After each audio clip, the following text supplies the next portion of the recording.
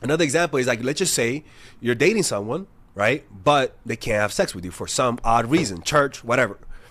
When you can do something, but there are societal norms, religious norms, or even contextual norms that doesn't let you physically do what you want with them, that barrier, the physical barrier, the mental barrier, societal barrier, the professionalism barrier intensifies the attraction. Oh Lord. Like, you're with your teacher, you like your teacher, when you and you want to do something, but you can't. That barrier literally is like a lubricant that makes you want them more. Just the you can't part makes them want you more. Right? Or even if you're with your ex and they have a new boyfriend and girlfriend and you're just hanging out with them, which I don't know what the fuck you're doing that. The fact that you can't be together makes it even more tantalizing, makes it even more desirable. An example of that is one time. Like a boss. All right, ladies and gentlemen, today we're going to be talking about how to play with their emotions using a temptation. Okay, I find this an extremely powerful way to control people's emotions. And understand, when I talk about control, I talk about the natural process when people are in love with you. When people are in love with you, you have control over their emotions. They have given you control. If you have no control over how they feel, there's no love. Get what I'm saying? You trust that the person doesn't abuse of that power, but at the end of the day, you're giving them control. So we're going to talk about how to use the control that they give us in a way to give them a powerful experience. How to use the control that they give us to give them an experience that's unforgettable, to make them fall in love quicker, to give them an adventure, to get them to get out of their adult exterior and become a little irrational for 1 second. Because people will need that. The world that we live in is so black and gray that we need some color. We need some emotions. We need some pain and contrast and pleasure. So we're going to learn to do that, because nowadays people have moralized playing the game. People have moralized giving people a powerful experience. Everyone wants to be natural. Everyone wants to be not play games. But that's a denial of the reality of the world that we live in. That it is a game. You are a social actor. You are wearing a mask. You are on the stage. And some people are better actors than you, and you're going to fall behind because of it. The most attractive people are people who know how to play the game better. So we're going to talk about this. And please, when you watch this, don't moralize. When you watch this, keep an open mind as to what it is to seduce someone, what it is to play with emotion. Because we want our emotions to fluctuate. We want to feel this, we want to feel that. And we date people who are fucking boring, who don't excite any emotion, who don't excite any excitement, any jealousy, any pain, any pleasure, any desire, any temptation. So we're going to talk about how to do that. And I can promise you, if you know how to do this the right way, you'll be so captivating. Tyrone won't know how to deal with you. Okay? I mean, Tyrone, like, if I'm a guy and I'm a personal trainer, Tyrone's not taking my girl. You know what I'm saying? All right, let's begin this. And if you guys want to learn how to apply this type of content in your life in a one-on-one basis, if you want to call me and have access to me, and you say, Father Alex, how do I apply this? How do I get the girl? How do I get them to like me through these strategies? I can show you how to do this, because I understand some people watch it, but they want to know exactly what to do, but they don't know how to do it. So what you guys could do is that just scan the QR code that you see right here, and there you'll be able to work with me one-on-one, or click on the description down below where it says work with me one-on-one. And there you'll be able to have access to me tomorrow, because today I'm kind of sick. But pretty much I'm available a lot, okay? Now, I can't talk all the time, okay? Father Alex is busy, but, I open up. Like I said, some of these barriers, because it's important to have barriers, okay? One is time, making them wait. Impatience is every human weakness. People don't have patience, okay? So if you make somebody wait, just that becomes a temptation. Why? Because they're here, but they want to be there. And the barrier is time. And in between that, they have to live. They have to focus on life. But they want this real badly. So in that, they sense the force of their desires. And it distracts them. It creates a tension inside that they cannot relieve until the moment of that desire fulfillment comes into their lives. Right? And this is why impatience is, humans are impatient. And people get scammed through impatience. Quick riches. Hey, I'll show you how to make money quick. I'll show you how to get good at this quick. And that quick instant gratification is a temptation for most people. It's the biggest weakness humans have, right? The next one is social barriers. I can't do that because I'm a Christian. I don't do that type of stuff because it's the first date. I can't do that because you're that race. Oh, I can't do that because you're not part of this tribe. Oh, I can't do that because you're this or you're that. Barriers, people. I can't do that because I'm married, right? Those barriers, literally telling people you can't because of this. You know, like, ever since that girl that I'm gonna tell you the story about a drawing student that I had that completely just lost all sense of professionalism. But I could prompt, like, just the thought that I couldn't do something it makes you want that thing more. Like, if they're married, first of all, I don't understand the attraction for married women. I'll be honest with you. At least I know there's just something about married women that there's no temptation for there. But some guys just love married women. It's kind of crazy, man. Or women who are taken. I don't get that desire, right? But social barriers. It could be that you're rich and she's poor, or vice versa. That's what happened with Jack and Titanic, right? Where she loved him, but she wanted that dick, but she knew she couldn't be with him because he was poor, and that barrier increased her desire for him. You get what I'm saying? Like, that barrier was why she was one of the reasons why she was so attractive. Other than the fact that he was contrasting differently than her husband. He was contrastingly different than the husband. She was unhappy, but one of it also is just the fact that he was of another social norm and her family didn't want her to be with him, and so he became her temptation, right?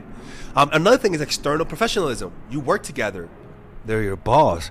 You're his boss, right? Or he's your teacher, and you can't do nothing with them. I hear stories of in Mexico here of the students banging the teachers all the fucking time. I'm like, what is going on here?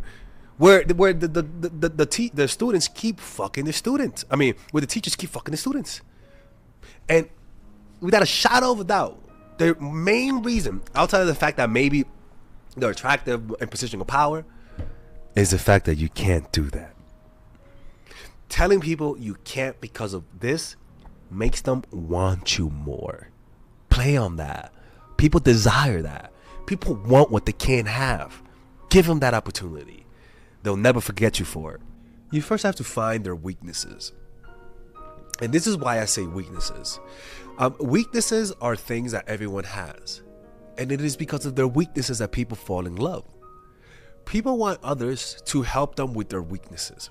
Anytime somebody can fulfill a weakness they have, can compensate for their weaknesses, they fall in love with them. You want to find a fantasy that they yearn and hint that you could possibly bring it to tuition. And that fantasy can be anything. As long as it opens up their imagination, as long as it opens up their minds to think about the future, to think of a potential pleasure, a potential fantasy, their bodies then become reactive. They react to those mental images with excitement, with yearning, with anticipation and desire.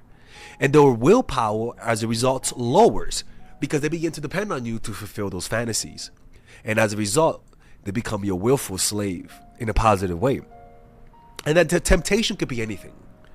Temptation could be a guilty pleasure. Temptation could be sex.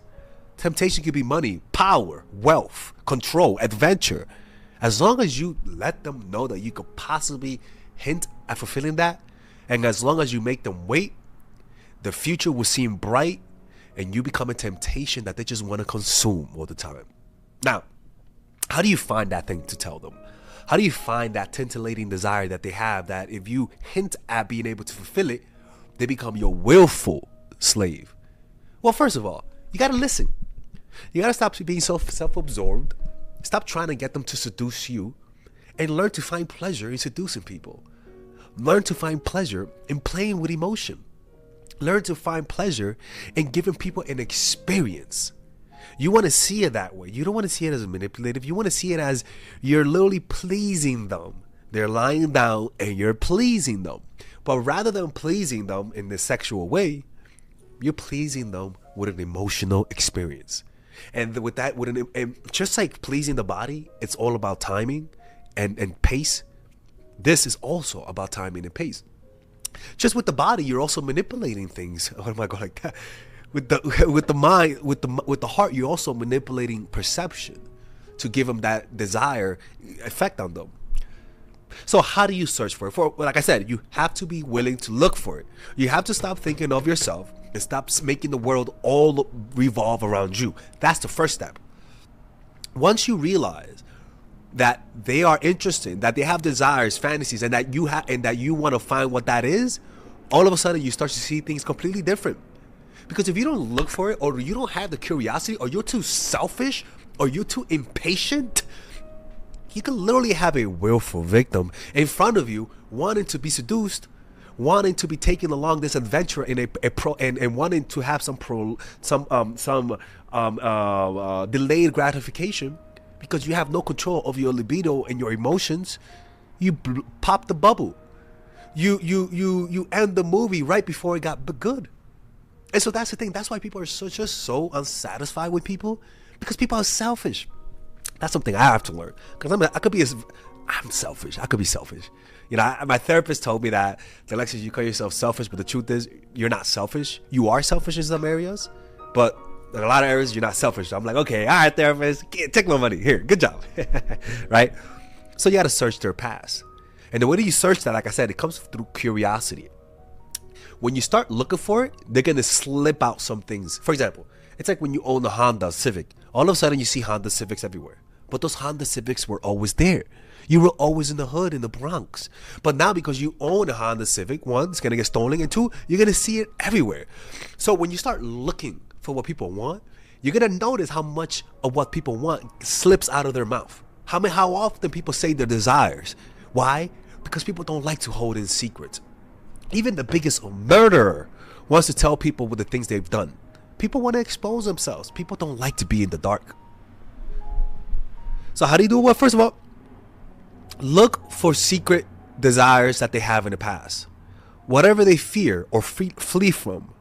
You need repression, secret desires, right? For example, if you go to Afghanistan, as an example, you'll notice that there's a lot of porn that's like hijab porn, right? Like you'll see, if you look at the map as to where certain desires are, you'll notice that it reflects a social norm. Let's find out. All right, so let's find out, right? How do you find out a person's true secret desire? Well, sometimes you just look at their culture, right? For example, cultural norms and taboos. Certain search terms, an example is like the Pornhub search term, that you'll notice that certain search terms are more popular in certain areas compared to others, even within states and countries. And this is a reflection of cultural norms and values. It's not a coincidence, right? So certain search terms may reflect societal norms or taboos. For example, high search volumes for content related to taboo categories might suggest that these themes are considered forbidden, stigmatized in a public discourse, but still hold significant private interest. For example, in Japan, they have this thing, like if you watch Japanese porn, which I don't, I mean, I do, okay? And one of the things is public sex in a park. Public sex in a bus where the woman gets groped. Right? And it's like, how is that a fantasy? Well, kind of makes sense, right? They're repressed, they're quiet, they're not around people, so you can kind of see how maybe they want to express their sexuality in a public place, right? Or Japan, a similar one is hentai. They have a high search for hentai, and anime reflects that the country's rich culture of animated entertainment and its integration into sexual fantasy. So if you're Japanese, if you're dating someone Japanese, being a anime character as cosplay is deeply pleasurable. Or even if you're dating a Japanese girl, guy, if you look like an anime character, honestly, I've been talking, I kind of look like an anime character, you spark up that desire, right? Just go look at the Pornhub map, man. Another example is the gender dynamics and roles, right? Recurring themes in searches can indicate prevailing gender roles and dynamics. An example, the United States. Searches for MILF cheerleaders or teachers could hint at a fetishization of certain authoritative and nurturing female roles, right? Or you'll see how like the powerful boss bitch, right? You'll see that how it's like, yo, you're gonna fuck me now, right? So you'll see that amongst powerful people. So a lot of women notice that powerful men like to be submitted. So if somebody has a lot of power, you'll notice that maybe they have a desire to be submissive, right? And so having a sense of power, having a powerful aura tends to make them submissive. And sometimes powerful women want a man to tell them what to do because they're tired of telling men what to do all the time, right? Other example is Sweden. High searches for swinger or group sex. Oh, yo, Sweden, yo, these white people are crazy, man. You think, anyways, may indicate a more liberal attitude towards sexual experimentations and open relationships, right? But also in those places, you also then say that a lot of them have lack of emotional closeness with people, I suppose, right?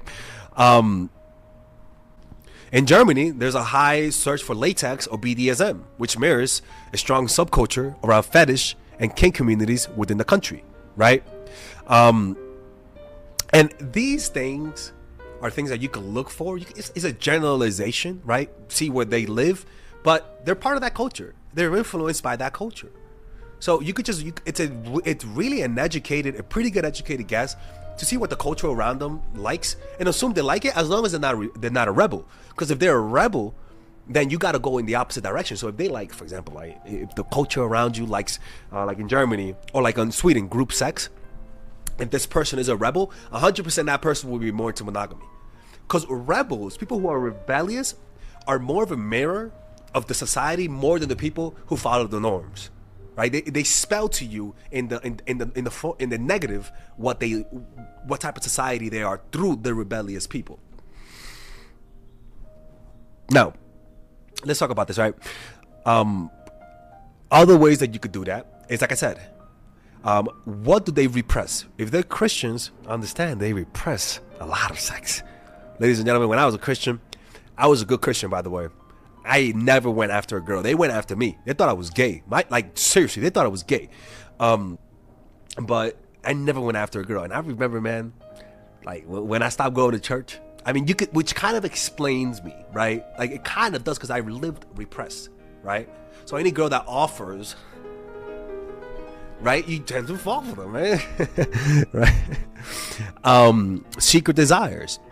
What kind of what things that you could ask people to find out how to tempt them is finding out, what do they want? What are some secret desires that you enjoy that you don't get often? Or you could ask, is there anything you've always wanted to try but haven't had a chance to? Make sure you ask that after a few drinks, right? Another example of that, if they're anti-gay, if they're not for gay, if they really hate gay people, I mean, Lord have mercy, if they really hate the gays, understand that they may have a little homosexual repressive desire. So maybe you don't have to give them some dick. You could just have a androgynous look, or even a tomboy look if it's a guy, and vice versa, right? Where you have a lot of women who are against the patriarchy, but they tend to date guys that are super feminine. Oh, wait, is it that? I don't remember. I think it was the opposite, right? Right? You could find out if they're sexless. Well, they do have repressed desires, right? Observe their dark side. Their dark side speaks a lot about them, right? Who do they admire as a way to find their dark side? And an example is like the cannibal girl I dated one time. There was this one girl who, first of all, anyways, she wanted to eat a person, and when she first told me that, my blood became cold. I never felt my blood becoming cold. I swear to God, I never felt that. Like it literally felt like the temperature came down, because I was like, am I gonna get eaten here, man? And it's just like, nah, I just want to taste. And I'm like, okay, so let me ask you something. Would you eat a dinosaur? She was like, yeah, I would love to eat a dinosaur. I'm like, okay, this bitch just likes to eat crazy shit. Okay. And she said how when she dated a guy, he also had the curiosity, but I never followed through. But she said one of the things that she would do was that every time they would go out and hang out, that she would like, I would eat him, or I would eat that guy. And they're like, no, I wouldn't eat that guy. He's too chubby, right? And even though that's insane, right? Finding someone who can share those repressed desires with you, as long as it's like you're not committing a crime, is highly seductive to people, right? Or if they're dating, if they're in a racist area and you're white and they're black, you're gonna be attracted to them. Or if you're in Gaza, for example, and one is Muslim and Jewish people, that's gonna be a fucking a bomb ass attraction. Jesus Christ! I mean, there's like there's a lot of tension in between that, right? It's like the Romeo and Juliet type of thing, right? When you cannot be with the person, that's when you want to be with the person. That's a temptation, right? But another example is like, let's just say you're dating someone, right? But they can't have sex with you for some odd reason, church, whatever. When you can do something, but there are societal norms, religious norms, or even contextual norms that doesn't let you physically do what you want with them, that barrier, the physical barrier, the mental barrier, societal barrier, the professionalism barrier intensifies the attraction. Oh Lord, you know, you're with your teacher, you like your teacher, you know, when you and you want to do something, but you know you can't. That barrier literally is like a lubricant that makes you want them more. Just the you can't part makes them want you more. Right? Or even if you're with your ex and they have a new boyfriend and girlfriend and you're just hanging out with them, which I don't know what the fuck you're doing that. The fact that you can't be together makes it even more tantalizing, makes it even more desirable. An example of that is one time I was I remember I told the story of me getting mugged in Mexico in New York. And when I told the story of me getting mugged, it was such a good story that they gave me a standing ovation. It was like in an apartment. And one of the girls was so impressed that she gave me her number. It's crazy. Crazy shit. Thank God I got mugged, right? And I remember she was so hot. Honestly, because usually I meet people online. But this was one of the first girls I've met in a while through a normal life setting. And I remember it just felt so different.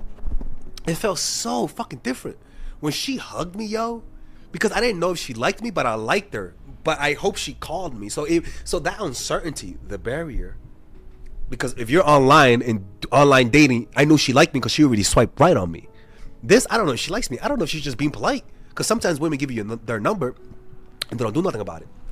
So when she gave me that hug, Jesus Christ, people, it felt like I was in flesh heaven. Sounds crazy. But just because you know how you just have a taste of something? When you have a taste of something, like how some restaurants only give you small portions because they know after a certain amount of eating, you have diminishing returns, so they try to keep it at a peak level. So they give you a certain amount. That subtle hug has so much electricity. I mean, Lord have mercy. I was like, yo, what the fuck was that? That was crazy. But that's because now there's more uncertainty, like I talked about yesterday, but also there's a barrier. There's a barrier. You don't know if she likes you. You don't know if she's going to call you. You don't know if you're ever going to see her again. But that touch was so good. That's how you do it. You create that barrier. Let them touch you a little bit. Touch them here and there. Let them you get what I'm saying? Let them have a physical touch with you, but don't let them grab onto it, right? And you'll notice it creates more desire. The more is less when it comes to this, right? And it was just crazy. I remember to this day, people. It was the touch of heaven, right? And this is the thing, is that you have to make them struggle. Like, even when you know they want it, make them wait. The problem that I have is that people are too impatient. Even me, you're too impatient. You wanted too much. You wanted too fast. So that impatience makes you pop the bubble too quickly. This is on you. This game strategy that I'm teaching you guys is an extremely pleasurable experience. But anything good requires self-control on your part.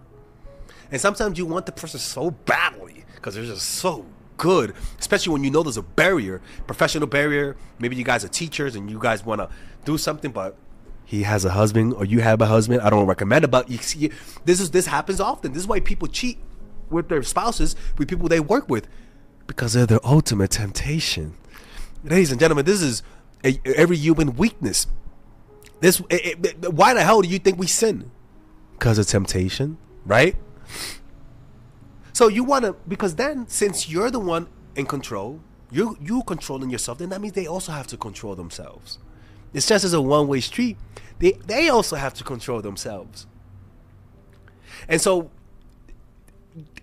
The only difference here is that you know they want you, and they don't know whether or not they're gonna get what they want. You know you're gonna give it to them, and you're still suffering, but boy, they're melting inside because they want you, but they don't know when they're gonna get what they want. So this is where controlling your emotions is just so fucking crucial, people, because you gotta prolong it. You gotta control the pace. When they want to speed it up, slow their hot ass down. You know, just say, mommy, hey, slow. I made that mistake. Honestly, I made that mistake. I made that mistake. There was this one girl who I was many years ago. I was teaching drawing. I didn't not painting, but I was teaching drawing, and this girl just kept coming back. She was like, hey, I'm in the neighborhood. I'm like, okay. I'm in the neighborhood, okay. But I'm trying not to do nothing with her because I'm like, you're my student, and you're paying me a lot of good money. She was paying me good, like legit good. And she would just keep coming back and hitting me up. And every time she came, she was dressed in a way. I'm like, what's going on, man? Like, this is some bullshit. I'm just trying to be professional here. A month or two later, because I was not budging, people. I remember I would like I would like go like before meeting her. You know what I'm saying? And one day she was like, I just want to fuck you. And I was like, what? She was like, I can't. I know you want me. What? She was like, and I was like, God damn it. She was dressing nice. I was like, fuck, let's do it. I was like, fuck, let's do it, man. Lost that client. Never again, people. Never again, right? But I've never seen a girl like it was like it's almost like she was tortured. It was almost like she was tortured. But then I realized, oh my God, I gave her an experience, and unwittingly, that she never forgot before. Because I've never seen someone want something so badly. Right? Like you make them lose their self-control, right? So again, and you could apply these strategies even when you're dating someone long term, right? Because this is what you do when you surprise someone. This is what you do when you tease someone. I'm just teaching you how to do it in a more sophisticated way. And sure, some people can use this for evil. Some people can use this to manipulate. I can't do nothing about that. It's like somebody who teaches martial arts and they're like, oh, I can't teach it because people will kill people with it. It's like, yeah, no, but it's not meant for them. You know, it's meant for people who want to improve their lives and want to defend themselves, right? And just so much of society demonizes this strategy of playing with people's emotions in this way, but it's because they just assume that everyone who does it has bad intentions. This is just giving people a good experience. It's like a magician who doesn't give a fuck about their audience. What are they gonna do? They're gonna show them. They're gonna do their tricks quickly, and there's gonna be no anticipation. There's gonna be no desire. There's gonna be no tension, no intensity, and this is what this does. You don't have to do it all the time, right? But from time to time, create a temptation. And if you just got to know them and meeting them, even better. Like I said, it just takes self-control. I tell people, if you don't know how to control yourselves, practice meditation or purchase my course, Emotional Mastery, by clicking the description down below. And I'll teach you guys how to control your emotions a little bit better, right? Anyways, people, hopefully you guys enjoyed this video.